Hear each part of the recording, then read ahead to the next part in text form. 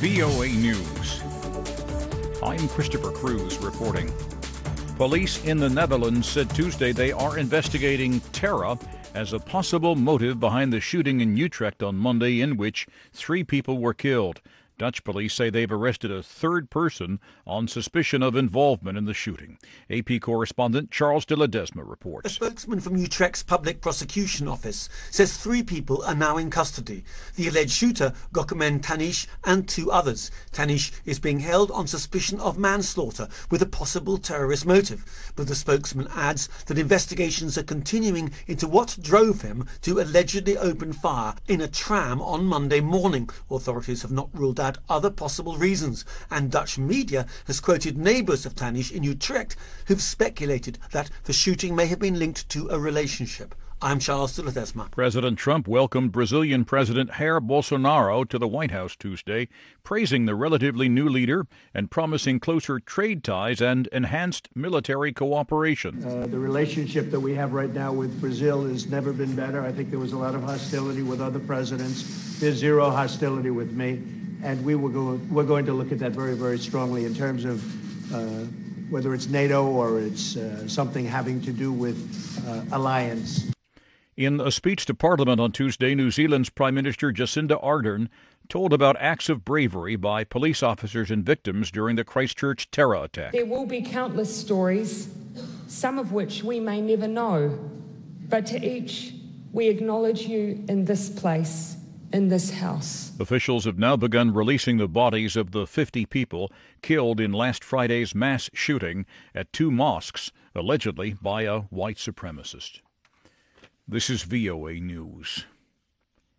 Hundreds of Islamic State fighters are making a last stand for the terror group's self-declared caliphate as they lost control of their tent city in the northeastern Syrian town of Baghouz in what U.S.-backed forces described as a significant blow.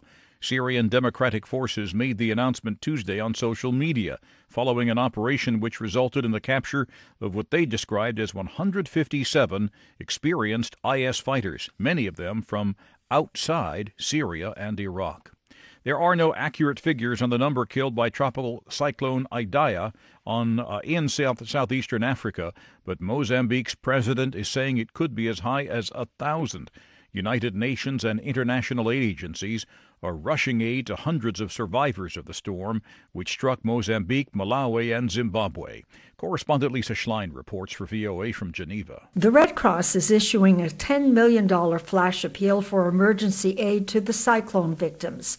The World Food Program reports it is rushing food and other assistance to large numbers of desperate people stranded by the rapidly rising floodwaters in Mozambique. It says the humanitarian emergency is getting bigger by the hour. The UN Children's Fund also is issuing a flash appeal for $23 million to help many of the 260,000 children affected by the disaster. WHO says it is sending emergency kits, trauma kits, and cholera kits to take care of the immediate health needs of the people on the ground. Lisa Schlein for VOA News, Geneva. The U.S. Defense Department has released a list of hundreds of military projects that might be canceled or scaled back to free up money for President Trump's southern border wall. AP correspondent Jackie Quinn reports. It's a 20-page list of projects across the U.S. and around the world, worth about $13 billion that might be slashed to make way for the border wall.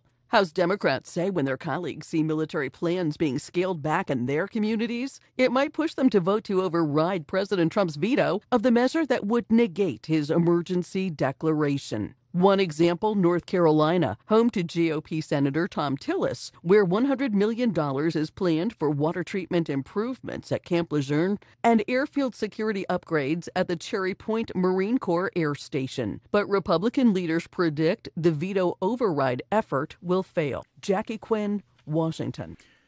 You can find more on these and other late-breaking and developing stories from around the world around the clock at voanews.com and on the VOA News mobile app.